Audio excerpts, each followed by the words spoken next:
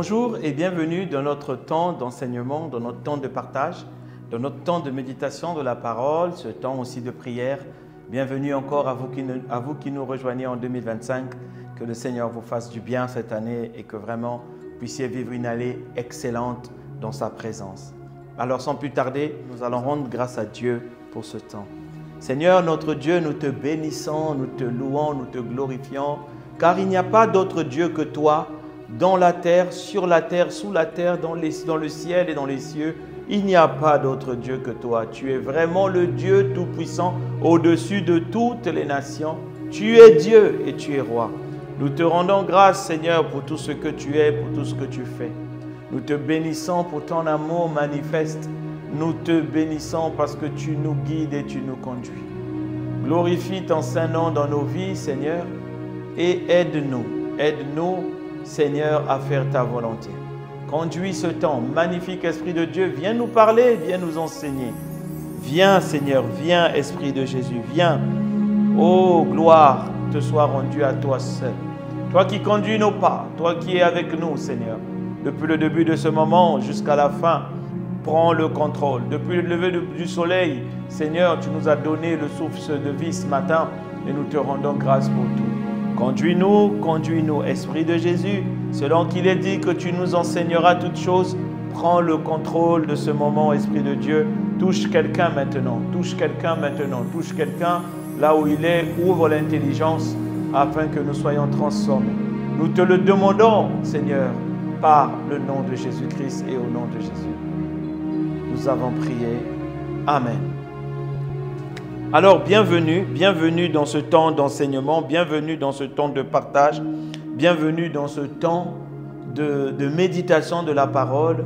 Je rends grâce à Dieu pour vos vies, je rends grâce à Dieu pour les pasteurs de vos églises, je rends grâce à Dieu pour vous tous qui nous suivez, grand est le nombre. Pour ce début d'année, vous voyez, les années changent, mais nous écoutons des excellents messages de beaucoup de pasteurs dans le monde. Mais il y a quelque chose souvent qui fait que nous ne changeons pas. Hormis le fait de tout laisser en arrière, comme nous avons vu les sessions dernières, il y a aussi le fait que la parole de Dieu vient, mais la vérité, c'est qu'elle ne rencontre pas la foi. La Bible déclare dans le livre de Hébreux, cette bonne nouvelle nous a été annoncée aussi bien qu'à eux. Mais la parole qui leur fut annoncée ne leur servit à rien. Cette bonne nouvelle, c'est quoi la bonne nouvelle? C'est l'évanglio. En grec, qui veut dire l'évangile, c'est le même mot que dit bonne nouvelle.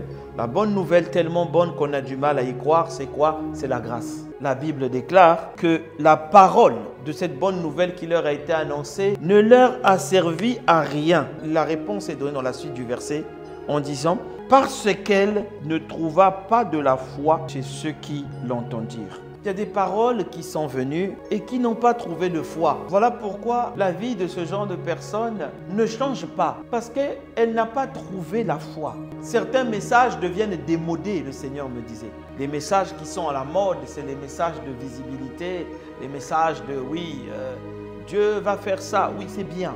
Il y a des messages « oui, la percée, oui, tu vas combattre ». Il y a même des messages qui, comme dit le livre de Galates, il y a certaines qui ont commencé par l'esprit et qui ont fini dans la chair. Galates 3, verset 2, « Voici seulement ce que je veux apprendre de vous. Est-ce par les œuvres de la loi que vous avez reçu l'esprit ou par la prédication de la foi? Êtes-vous tellement devenus dépourvus de sens après avoir commencé par l'esprit? Voulez-vous maintenant finir par la chair ?» Vous voyez, il dit qu'il y a des gens qui sont dépourvus de sens. Et là, l'apôtre Paul parle à une église qui a commencé par l'esprit, c'est-à-dire la prédication de la foi, et qui a fini dans les œuvres de la chair, en ramenant par exemple les âmes au mérite et à la pratique des œuvres pour obtenir quelque chose.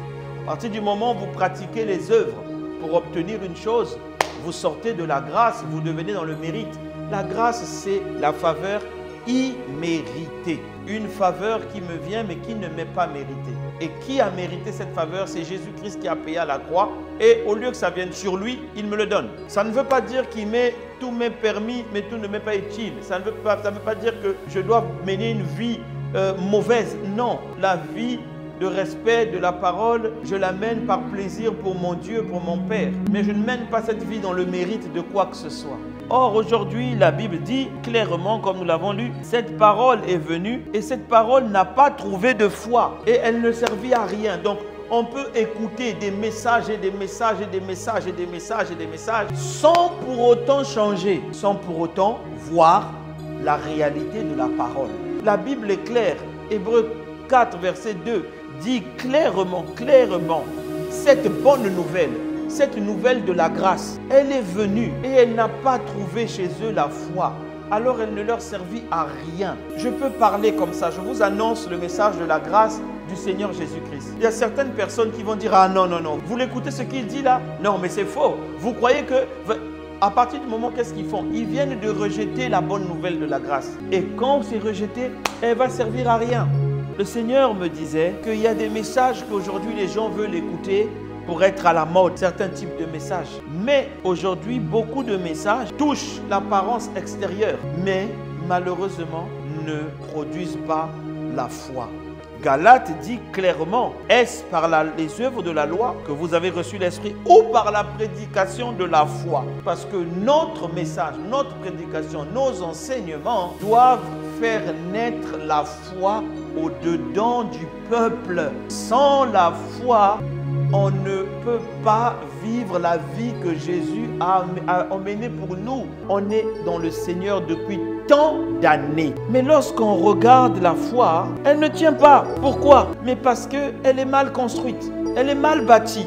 Elle est mal faite, j'ai envie de dire.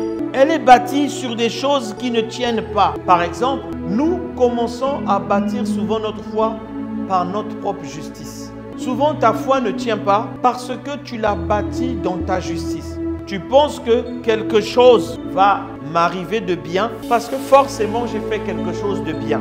Tu rentres dans la loi sans te rendre compte. Tu bâtis ta foi sur ta propre justice. La Bible déclare, n'ayant pas connu la justice de Dieu, ils ont établi leur propre justice. Ils ne se sont pas soumis à la justice de Dieu et ils ont établi leur propre justice. Ça veut dire notre propre façon de faire, notre regard humain de ce monde, notre façon de juger les choses nous condamne nous-mêmes avant même que la foi ne se manifeste. Quelque chose viendra et toi-même tu vas te dire « Ah, ça c'est pas pour moi ». Donc une foi qui est bâtie sur notre propre justice, mais elle va vaciller, elle ne tient pas. Parce que si tu bâtis ta foi sur les émotions, je suis content aujourd'hui, donc je crois. Demain je suis triste et là je ne crois plus. Ça veut dire qu'elle est aléatoire. Il y a des gens qui se lèvent par le pied gauche le matin, et je ne me suis pas levé du bon pied. Et sa foi ne tient pas. La foi qui se base sur nos sentiments, la foi qui se base sur nos propres performances, voilà un point de chute considérable. Parce que j'ai prié 7 heures aujourd'hui, 3 heures d'affilée, donc je crois que ça va se faire. Parce que j'ai jeûné, je crois que ça va se faire. Dès le moment où tu commences à dire Seigneur, mais j'ai quand même jeûné, tu viens de basculer dans la loi, tu viens de basculer dans le mérite. Parce que j'ai fait ça, donc je dois avoir ça. C'est une foi qui se base sur tes performances humaines. Si je lis beaucoup la Bible, donc j'aurai ça. Si j'ai jeûné, surtout, oulala, je n'ai pas bu de l'eau, c'est un jeûne à sec, c'est bon, ça va marcher. Non, le jeûne est important. La prière fervente du juste a une grande puissance, est une grande force même aussi. Mais si tu bases ta foi par tes performances, mon frère, ma soeur, tous les jours, tu ne seras pas performant. Même Jésus, il vient un moment, la Bible dit que Jésus était fatigué. Il s'est arrêté au puits. Les autres sont allés chercher à manger dans la ville. Il s'est arrêté, il s'est assis. Ça veut dire que les performances, tu ne les auras pas tous les jours. Si tu crois parce que tu as fait des choses, parce que tu fais des choses, ta foi ne tiendra pas. Ça veut dire qu'aujourd'hui, tu vas croire, tu vas être guéri. Et si tu crois que c'est parce que tu as fait ça, la fois où tu n'es pas guéri, tu vas te dire qu'est-ce qu'il faut que je fasse encore cette fois-ci pour être guéri. À dire que la foi doit se baser sur ce que Christ a fait. Par ses meurtrissures, je suis guéri. Mais tu n'as pas pris... Non, ce n'est pas mon problème. Pourquoi? À part ses meurtrissures, je suis guéri. Mais aujourd'hui, là, il y a un programme là-bas, il faut que tu viennes... Par ses meurtrissures, je suis guéri. Je tiens ferme sur quoi? Les meurtrissures De qui? De Jésus. Est-ce que les meurtrissures parlent du Christ? Oui, Christ qui a payé à la croix pour moi. Certains s'appuient sur leur bon état de sainteté. Donc, le fait qu'ils n'ont pas péché. La Bible dit, celui qui dit qu'il n'a pas péché est un menteur. Alors, si tu t'appuies sur ta vie de sainteté pour bâtir ta foi, parce que tu ne sais même pas le nombre de choses que tu tapes à côté. Tu ne sais pas le nombre de choses qui ne plaisent pas à Dieu que tu fais. Tu n'as pas respecté la queue dans un supermarché. Tu n'as pas respecté celui qui était devant toi. Tu as été pour lui. Il y a même des actes que tu poses. Tu ne sais pas que tu as été une pierre d'achoppement pour quelqu'un d'autre. Mais si tu bases ta foi sur ce genre de choses, tu ne vas jamais réussir. On ne base pas sa foi dans ce genre de choses. Alors, que dit la Bible dans le livre de Romains 10 au verset 17? Ainsi, la foi vient de ce que l'on entend. Et ce que l'on entend vient de la parole de Christ. Les versets avant, quand vous commencez au verset 14, il est dit: comment donc invoqueront-ils celui qu'ils n'ont pas cru? D'abord, ça commence par croire.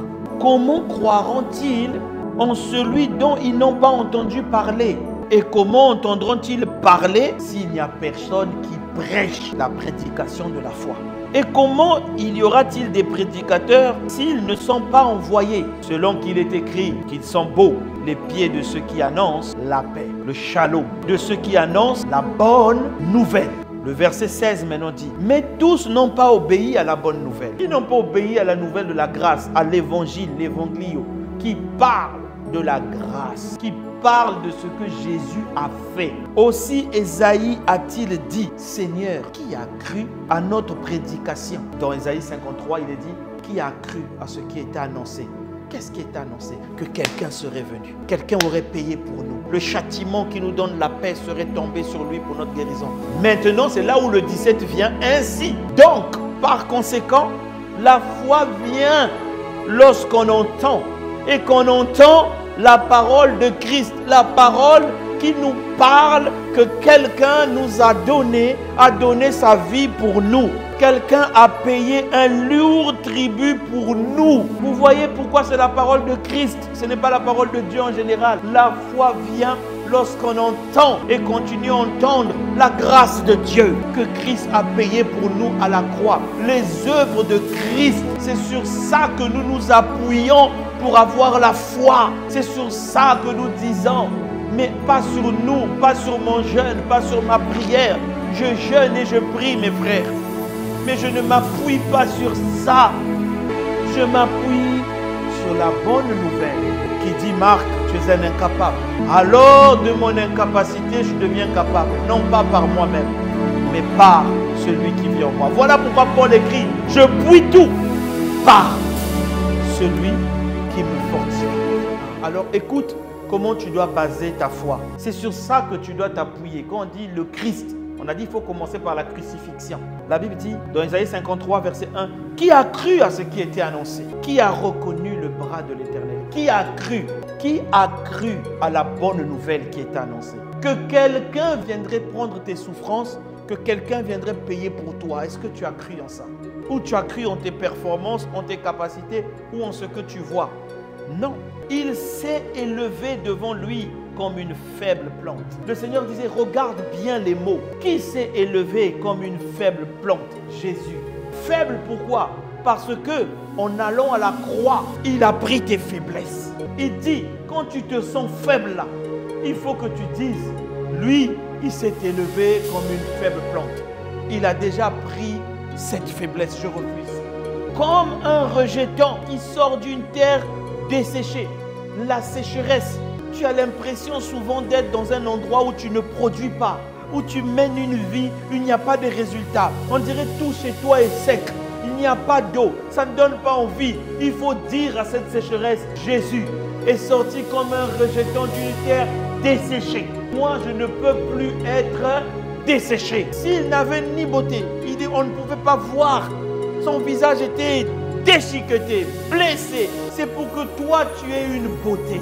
Même si on te dit que toi, tu n'es pas beau, toi, tu n'es pas belle, dis: ma beauté, je l'ai en Christ. La Bible dit: il n'avait aucun éclat pour attirer les regards. afin que les regards soient désormais posés sur toi. Et son aspect n'avait rien pour plaire, le mépris. Oh là là là là là là, oh là là là là là là. Pour que toi tu puisses plaire. Toi quand tu arrives quelque part, quand tu rentres et que tu penses à la croix, dès que tu arrives, tu marches, tu dis l'éclat est posé sur toi. Le plus important c'est de croire en Jésus-Christ, croire qu'il a payé pour nous et qu'il nous fortifie pour nous sortir du péché. Après avoir livré sa vie en sacrifice pour le péché, il verra une postérité et prolongera ses jours. Et l'œuvre de l'Éternel prospérera entre ses mains. À cause du travail de son âme, il rassasiera les regards. Par la connaissance, mon serviteur juste justifiera beaucoup d'hommes. Jésus a réglé tout ça à la croix. Il faut comprendre que Dieu est le maître de toutes choses. Mais Dieu nous a donné le libre choix. Et ce libre choix nous permet de choisir, de croire, de ne pas croire, de faire ce que bon nous semble ou pas, ou encore de suivre sa volonté. Et dans cette saison de grâce, la Bible nous dit dans le livre de Éphésiens 2, versets 8 à 9, « Car c'est par la grâce que vous êtes sauvés, par le moyen de la foi. Par la grâce que vous êtes sauvés, par le moyen de la foi. Cela ne vient pas de vous, c'est un don de Dieu. Ce n'est point par les œuvres, afin que personne ne se glorifie. » C'est par la grâce qu'on est sauvé, par le moyen de la foi. C'est par la grâce qu'on reçoit tout ce que Jésus-Christ a fait pour nous, par le moyen de la foi. Et plus précisément encore dans le livre de Romains 5 au verset 1 à 2, la Bible déclare, étant donc justifiés par la foi, nous avons la paix avec Dieu par notre Seigneur Jésus-Christ, à qui nous devons. C'est un devoir que nous avons eu par Jésus-Christ, d'avoir eu par la foi accès à cette grâce. Ça veut dire que la grâce, on peut l'accéder seulement par la foi. Vous voyez, si Jésus nous a fait rentrer dans une saison qu'on appelle la grâce, selon que la Bible dit, vous n'êtes plus sous la loi, mais sous la grâce. Le livre de Romains dit, le péché n'a plus de pouvoir sur vous, car vous n'êtes plus sous la loi, mais sous la grâce. Alors, si nous sommes sous la grâce et que nous ne pouvons pas y accéder, ça veut dire profiter de ce que la grâce nous donne, parce que nous manquons de foi. N'oubliez pas ce que la Bible dit dans le livre de Hébreux 4 au verset 2, nous l'avons déjà vu la session dernière. La Bible dit, les promesses sont venues, mais n'ayant pas trouvé la foi, les promesses ne leur servirent à rien. Cette bonne nouvelle nous a été annoncée aussi bien qu'à eux. La bonne nouvelle, c'est les promesses de Dieu. La bonne nouvelle, c'est la nouvelle de la grâce. La bonne nouvelle, c'est que Jésus a fait pour vous. Il y a des bénédictions, il y a un héritage. Et dit, mais la parole qui leur fut annoncée ne leur servit à rien parce qu'elle ne trouva pas la foi chez ceux qui l'entendirent. Si cela ne trouve pas la foi, le kairos peut avoir été donné, la saison peut avoir été donnée. Pour beaucoup de gens, ça fait peut-être depuis 2023. Dieu a dit, tu es déjà rentré dans ta saison. Tu es déjà rentré dans ta saison de bénédiction. Tu es déjà rentré dans ta saison de mariage. Tu es déjà rentré dans ta saison de business. Tu es déjà rentré dans ta saison de ministère. Mais il te manque la foi pour saisir cette grâce-là et commencer à manifester. Alors, vous voyez, souvent on accuse Dieu. Dieu, Seigneur, mais tu avais dit. Dieu te dit, mais la saison est déjà là. Mais tu n'as pas, tu ne crois pas. Parce que croire, ce n'est pas dire, Seigneur, tu feras ça quand? Croire, ça a une attitude. La Bible dit que si la bonne nouvelle leur a été annoncée, mais la parole qui leur fut annoncée ne leur servit à rien. À rien. Mon frère, ça fait peur. La Bible dit parce qu'elle ne trouva pas la foi chez ceux qui l'entendirent. Elle ne trouva pas, parce que la parole doit arriver, croiser la foi. Et que cela emmène la manifestation de ce qu'il y a. Regarde dans toutes les promesses que Dieu t'a faites. Il y a beaucoup de celles-là n'ont pas la foi. Tu me dis, si, pasteur, je crois. Moi, j'ai la foi. Alors, nous allons avancer sur ce que nous devons partager aujourd'hui. Il y a déjà un souci entre le mot foi et croire. L'un est un mot, l'autre est un verbe. L'un est un mot, l'autre est un verbe. Plusieurs fois dans le livre de Jean, plus d'une centaine de fois dans le livre de Jean, il est écrit croire. Et seulement 3 fois le mot foi. Donc le mot foi, F-O-I, n'est cité que à peu près 3 fois dans le livre de Jean.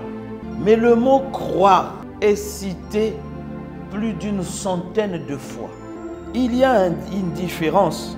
Il y a une différence.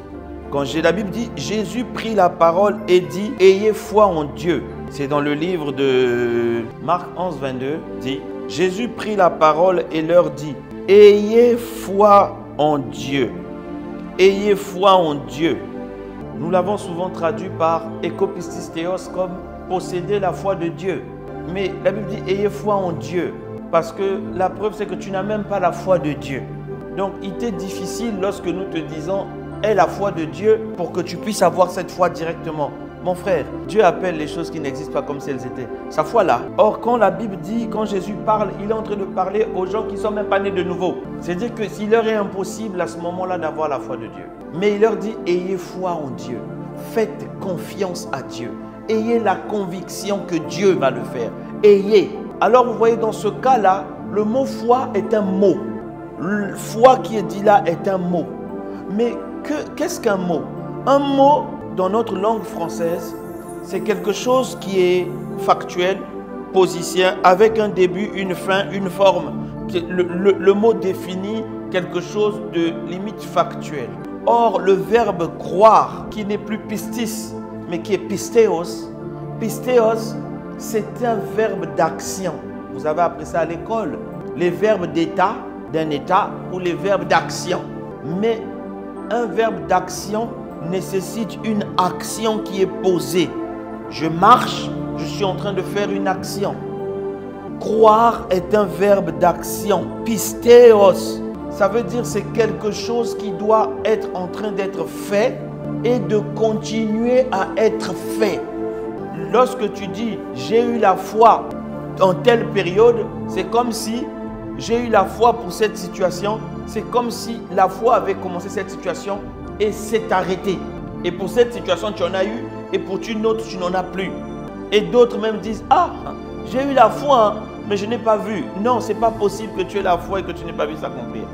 Or, la foi, le verbe croire, que la Bible dit plusieurs fois, que Jésus a utilisé plusieurs fois. Voici les miracles qui accompagneront ceux qui auront cru. Celui qui croit dans son cœur et qui ne doute pas. Vous voyez, c'est constamment le verbe croire. C'est une action continue, répétée, qui ne s'arrête pas. Quoi pistéos? C'est penser être vrai. C'est être persuadé. C'est placer sa confiance continue. C'est donner du crédit en continu. Avoir confiance. Continuer à avoir confiance. Et ce qui nous empêche, nous, c'est que quand nous commençons quelque chose, nous arrêtons au milieu de continuer à croire. Or, la foi, ce n'est pas de croire en partie et de s'arrêter après. Non, la foi, c'est une action qui continue, qui continue, qui continue, qui continue à croire. Quand la Bible dit dans Marc 1 au verset 15, il disait, le temps est accompli et le royaume de Dieu est proche. Repentez-vous et croyez en la bonne nouvelle. On a vu dans les sessions dernières, lorsque nous avons parlé du salut, nous avons parlé de l'œuvre de la croix dans Isaïe 53, il nous a été montré que repentance veut dire vers la croix retourner pour avoir la grâce. Ça veut dire repartir à la croix pour trouver grâce. Mais la Bible dit dans Marc 1,15, repentez-vous et croyez à la bonne nouvelle. Vous voyez, ce n'est pas ayez foi seulement et puis ça s'arrête. Croyez, c'est dire que je dois croire constamment en la bonne nouvelle. Regardez, entre vous et moi, on va se dire les vérités. La bonne nouvelle, vous avez cru que Jésus est mort pour vous à la croix, mais les actes posés ne suivent pas. Ils montrent que vous n'avez pas cru. Vous avez eu la foi un moment en ça et vous avez laissé. Pourquoi? Sinon, vous ne serez plus malade. Bon, je vais m'expliquer. La Bible dit dans Marc 11, 23, je vous le dis en vérité, si quelqu'un dit à cette montagne, ôte-toi de là et jette-toi dans la mer, s'il ne doute pas en son cœur, mais croit que ce qu'il a dit arrive, il le verra s'accomplir. Mais croit, ça veut dire qu'il n'a pas cru au moment où il a dit, mais il croit et il continue à croire jusqu'à ce qu'il a dit va arriver. Il continue à croire. C'est un travail de continuer à croire. Il croit. La Bible ne dit pas, Jésus n'a jamais dit qu'il croit que ce qu'il a dit arrive et cela se produit. Non. Jésus a dit, mais croit que ce qu'il dit arrive, virgule, il le verra. Ça veut dire que dans la suite, dans le futur proche, cela va s'accomplir. Ça veut dire, mais il ne doit pas cesser de croire. Voilà pourquoi la Bible dit dans le livre de, je crois que c'est dans le livre de Jacques ou de Hébreu qui dit, si quelqu'un manque de foi, sans la foi, il est impossible de plaire à Dieu. Hébreu 11, versets 6 ou 7. Car celui qui croit, vous voyez, c'est toujours la forme de croire. C'est un verbe qui croit que Dieu existe et qu'il est le rémunérateur. Donc même si je n'ai pas encore eu ma rémunération, je crois qu'il va le faire, il continue à le faire et je continue à croire. Je n'arrête pas de croire parce que je suis en plein dans le verbe d'action. Jésus a dit, vous le verrez s'accomplir. C'est-à-dire que ça va venir. Mais toi, tu dois garder l'attitude de continuer à croire, croire, croire. Voilà pourquoi il dit, croyez en la bonne nouvelle. N'arrêtez pas au milieu. Ne dites pas seulement le jour où j'ai fait la prière du salut, j'ai dit Seigneur merci, tu as pris mes péchés à la croix, je suis sauvé aujourd'hui, tu m'as justifié par ton sang, je suis ressuscité avec toi, je suis une nouvelle création au nom de Jésus-Christ. Amen. Et ça s'arrête là. Non, non, non, non, non. Tout dépend de ce qui vient après. Vous voyez, croire c'est accepter pour vrai. Penser que cela existe déjà et agir en fonction de ce que l'on pense. Vous voyez, autrement dit, il y a des actions qui se font sur le moment.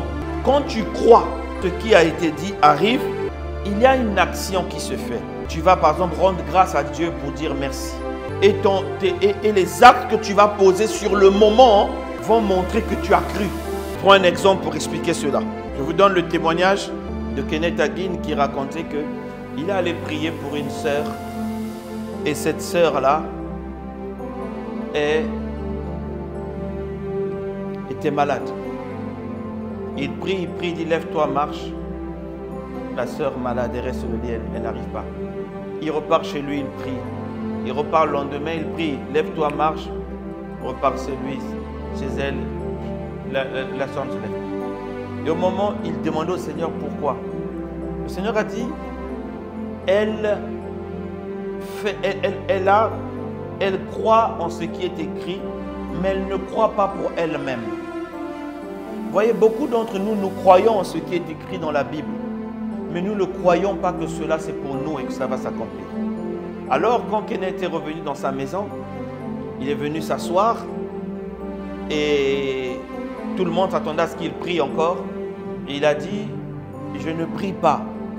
Et il a dit à la sœur, est-ce que tu crois que Jésus a porté tes péchés à la croix et qu'il t'a guéri? Elle connaissait les Écritures. Elle a dit, oui, je crois. Il dit, je ne prie pas. Parce que si tu croyais, vraiment, tu ne serais pas sur ton lit. Ça veut dire que tu as l'approbation morale. Ça veut dire que tu crois moralement que c'est vrai, mais tu ne le crois pas pour toi. La dame l'a regardé et puis elle lui a dit, sortez de ma chambre. Il est sorti de la chambre. 2 minutes après, celle qui était soi-disant paralysée, malade, était en train de marcher. Elle a compris que si je crois, je dois agir en fonction de ce que je crois. C'est-à-dire, je dois me mettre debout. Elle s'est mise debout, la maladie est partie. Un autre témoignage, c'est un frère qui se retrouve dans un endroit très reculé, donc il n'y a pas beaucoup de médecins. Et ils sont en train de jouer au foot. Et là, il y a un tacle qui est assez précis. Et un autre frère est là, cheville brisée, il n'arrive pas à se mettre debout, enflé de partout. Ceci, on ne peut pas. Et là, il y avait le pasteur qui était là, qui dit, je vais prier pour que tu sois guéri. Tu crois? Oui, je crois, avec les douleurs. Le pied droit.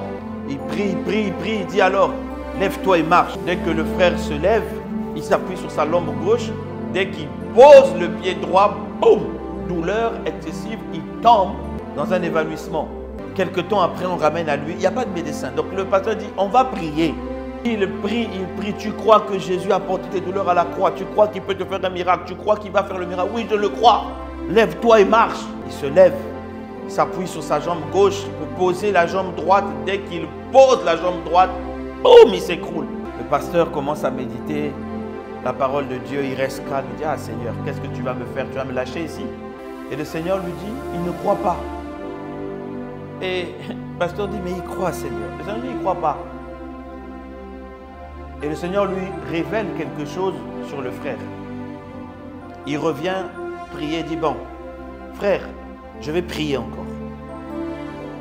Tu crois que Jésus a porté toi? Tu crois que Jésus fait des miracles encore? Oui, je crois. Il prie, prie, prie, sois guéri au nom de Jésus, lève-toi. Le frère voulait se lui dire, non, ne te lève pas là.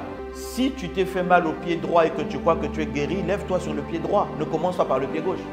Et là, le frère a vu, il a posé le pied droit en premier, s'est levé, la douleur est partie, il était guéri.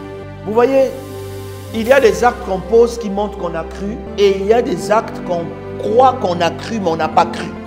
Parce que ce que l'on pose, la foi est la ferme assurance des choses qu'on espère, la démonstration de celles qu'on ne voit pas. C'est-à-dire que je démontre déjà ce que je ne vois pas. Je n'ai pas encore vu mon pied qui est guéri, mais je pose déjà le pied parce que je crois qu'il est guéri. Et il y a combien de choses comme ça dans ta vie que le Seigneur a déjà démontré, a déjà parlé et que tu ne vois pas encore s'accomplir. Pour clôturer, je vous disais que nous sommes des croyants. Notre travail, c'est de croire et ne pas d'avoir la foi en un certain moment. L'apôtre Jacques dit, la foi sans les œuvres est une foi morte. Donc, vous devez poser des actes qui montrent que vous croyez et vous le verrez s'accomplir. Que Dieu vous bénisse.